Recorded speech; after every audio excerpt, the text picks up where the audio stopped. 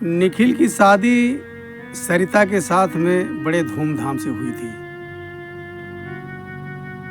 और सरिता ज़्यादातर अपने मायके में रहती थी क्योंकि सरिता के माई और बाबू काफ़ी बुजुर्ग थे और सरिता अपनी माँ की अकेली संतान थी।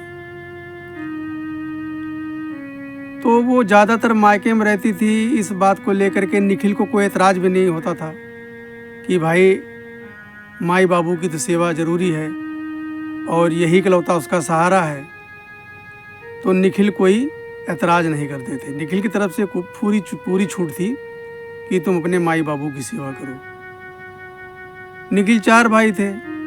3 भाई खेती के काम में थे और खेती बाड़ी भी लंबी चौड़ी थी, अच्छी रकम आ जाती थी खेती बाड़ी से। निखिल चले गए लुधियाना और लुधियाना में जा कर के उनको एक्सपोर्ट कंपनी में जॉब मिल गई सुपरवाइजर की जगह। तो निखिल को जो सैलरी मिलती थी तो उसमें से ज़्यादातर हिस्सा जो है वो अपने ससुराल में भेज देते थे कि भाई वहाँ माई बाबू की दवा पानी में भी खर्चा होता है और वहाँ कोई कमाई का जरिया है नहीं। तो वो पैसा सरिता के अकाउंट में डालते थे और सरिता अपने माई बाबू का देख रेख करती थी। समय बीतता गया और मनोज जो है वो सुपरवाइजर की पोस्ट से मैनेजर की पोस्ट पर आ गए। पोस्ट बढ़ गई और जब पोस्ट बढ़ गई तो सैलरी भी बढ़नी थी। अब ज़्यादा पैसा मिलने लगा उसे। और इधर जो उसके भाई थे उन्होंने सोचा कि भाई ये तो देखो खेती बाड़ी में हम लोग काम कर रहे हैं और एक न एक दिन आकर के निखिल भी यहाँ आएगा रहेगा, तो मेहनत हम करते हैं, खेती बाड़ी हम करते हैं, वो तो नौकरी कर रहा भाई। तो जो खेती बाड़ी में जो कमाई होती है उससे हम पूरा घर का खर्चा चलाते हैं और खेती बाड़ी में भी लगाते हैं। लेकिन मनोज तो ज़्यादातर पैसा अपने ससुराल में भेजता है और हमें तो लगता है कि ये एक न एक दिन ये ससुराल को ही मजबूत कर देगा और चूँकि उसको वहाँ भी प्रॉपर्टी मिल जाएगी क्योंकि वहाँ उसकी औरत अकेली है, क्योंकि सरिता अकेली थी अपनी माँ बाप की। तो उनके भाइयों ने सोचा कि भाई ऐसा है, कुछ ऐसा उपाय किया जाए कि निखिल का जो है मोह ना वो ससुराल से कम हो जाए। तो उनका जो बीच वाला भाई था ना राजेश, वो दिमाग का बहुत तेज था।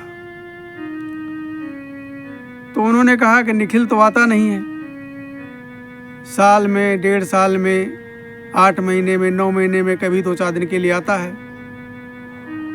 तो ऐसा करते हैं, जो हम कहते हैं वही आप सब लोग बोलना। तो राजेश जो निखिल के जो मझले भाई थे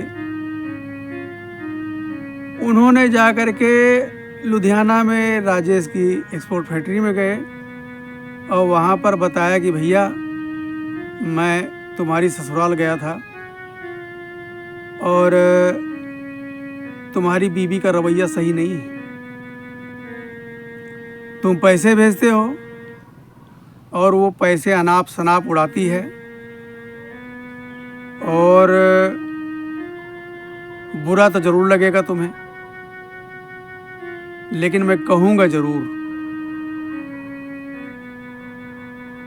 उसका चक्कर किसी दूसरे लड़के से भी है और तुम्हारी बीवी सारा पैसा उसी पर लुटाती है। लेकिन निखिल को एतबार नहीं हुआ। उसको पता था कि सरिता कैसी लड़की है। वो चले आए, आकर के उन्होंने बताया कि भैया मैं गया था वहाँ, निखिल से सारी बात बताई, लेकिन वो मेरे बात पर यकीन नहीं किया। तो एक दिन बड़े वाले भाई ने फ़ोन किया कि निखिल, तुमको अपनी इज्जत का ख्याल नहीं है, लेकिन हमें गांव समाज में रहना है। तुम हो गए परदेसी, हमको इसी गांव में समाज में रहना है और हमको अपनी इज्जत की चिंता है। तो निखिल ने कहा कि भैया ऐसी क्या बात हो गई? तो वो बोले कि तुम्हारी औरत जो है बदचलन है, हमारी बात मानो,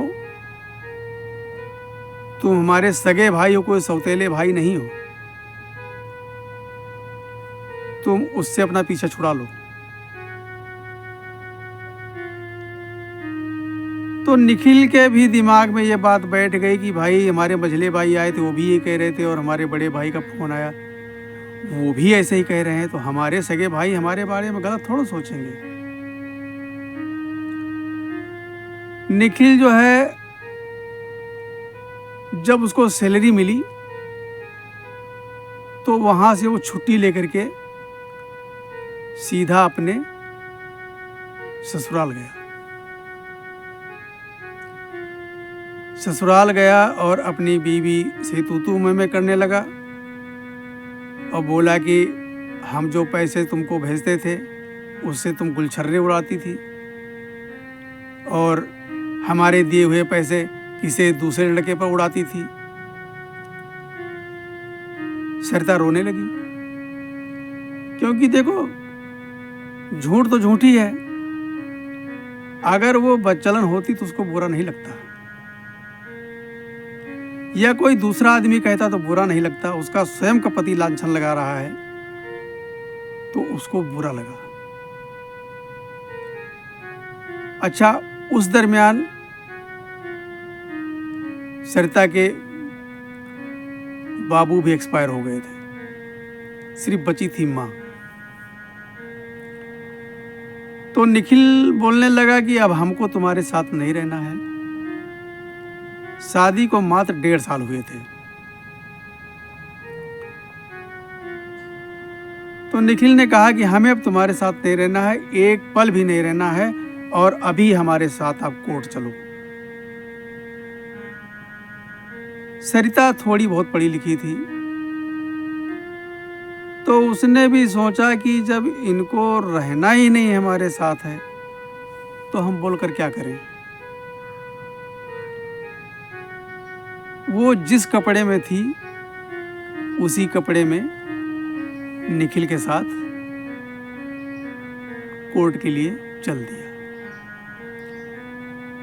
रास्ते में दोनों बात भी नहीं किए, ना पूछे, ना निखिल ने यह भी बताया कि हमारे भाइयों ने ऐसा ऐसा बताया है, कुछ नहीं बताया, क्योंकि निखिल के दिमाग में वो जहर भर गया था, गलत जहर, और वैसा जहर जो उसी का घर बर्बाद कर रहा है, उसी का। कोर्ट में गए, जज के सामने दोनों पेश हुए, तलाक की अर्जी लगाई। तो जज ने सरिता से पूछा कि क्या तुम भी तलाक चाहती हो? तो सरिता ने नीचे सर करके बोला कि मैं वही चाहती हूं जिसमें मेरे पति की खुशी है। मेरे पति की खुशी के अलावा मुझे कुछ नहीं चाहिए। अगर तलाक ले करके हमारा पति खुशी है तो हमें कोई ऐतराज नहीं है। कागजी कार्रवाई हो गई, तलाक हो गया। और तलाक होने के बाद दोनों कोर्ट से निकले और अलग अलग साधन से अपने अपने घर चले गए। सरिता ने अपनी मां को कुछ नहीं बताया। निखिल जो था वो आकर के भाइयों से बोला कि भैया, हमने सरिता से अपना पीछा छुड़ा लिया, हमने उससे तलाक ले लिया है, अब हमको उसके साथ नहीं रहना है। अब हम जा रहे हैं वहीं पर परदेश में, लुधियाना में। वहीं पर हम अपने जिस काम में लगे हुए हैं उसी में रहेंगे। भाइयों को आनंद आ गया भाई। देखो ऐसे ऐसे भाई भी दुनिया में पड़े हैं कि बसा बसाया हंसता खेलता हुआ परिवार कैसे चुटकी बजा के अलग कर दिया है, सिर्फ दौलत के लिए। वाह रे दौलत, ये दौलत क्या से क्या करवा देती है, अपने से भी दूर कर देती है। ऐसी दौलत का क्या फायदा। निखिल लुधियाना वापस चला गया। समय चलता रहा, वो अपने मैनेजर की पोस्ट संभालते रहे और एक दिन ऐसा हुआ कि निखिल का एक्सीडेंट हो गया। और एक्सीडेंट भी ऐसा हुआ कि वो एक टांग से हमेशा के लिए अपाहिज हो गया। उसकी एक टांग काटनी पड़ी और उसको नौकरी से भी हाथ धोने पड़ा। अब उसके पास कोई चारा नहीं। निखिल लुधियाना से अपने गांव आ गया, भाइयों के पास। तो जिनके तो हाथ पैर सलामत हैं उनको तो कोई इज्जत देता नहीं है। अपाहिज को कौन इज्जत देगा भाई, है? अपाहिज जो कभी कमाता था ना, सही सलामत था, तब तो वो हीरा था, कोहिनूर हीरा। जो निखिल कोहिनूर हीरा था, आज उसकी टांगे चली गई हैं। एक टांग के सहारे वो रह रहा है। अब वो निखिल अपने भाइयों के ऊपर बोझ बन गया है, बोझ। भाइयों ने सोचा कि ये तो किसी काम का नहीं, बैठे बैठे खाता है ये खेती का भी काम का नहीं रहा, नौकरी भी चली गई, तब इसको क्या किया जाए। तो भाई लोग उससे मनमुटाव रखने लगे और तू तड़ाक से बात करने लगे।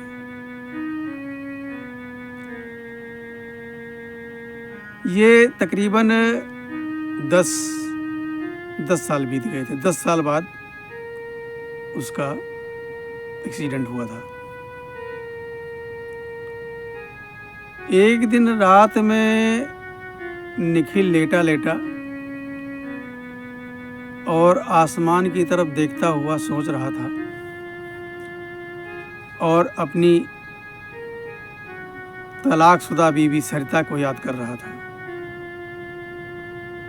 और उसने सोचा कि हम क्यों ना एक बार जाकर के सरिता से मिल लेते हैं। तो सुबह वो उठा और एक ऑटो वाले को बुलाया कि भैया मुझे अपनी ससुराल जाना है, मुझे ले चलो। तो वो ऑटो लेकर के अपने ससुराल के पास पहुँचे तो रोड पर निखिल आनंद रेस्टोरेंट लिखा हुआ था। काफ़ी बड़ा रेस्टोरेंट बना था, निखिल आनंद रेस्टोरेंट। तो उसने सोचा कि ससुराल में तो हमें कोई दाना पानी पूछेगा नहीं। अब 10 साल का समय बीत गया है, कोई पहचानेगा भी नहीं। तो ऐसा करते हैं, इसी रेस्टोरेंट में थोड़ा नाश्ता पानी कर लेते हैं।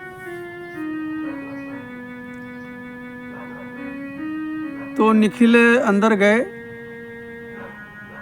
और उन्होंने खाने का ऑर्डर दिया। खाना आया, खाना खाया और पैसे के लेन देन में थोड़ा तू में हो गई वेटर से। तो जब ज़्यादा जो बहस होने लगी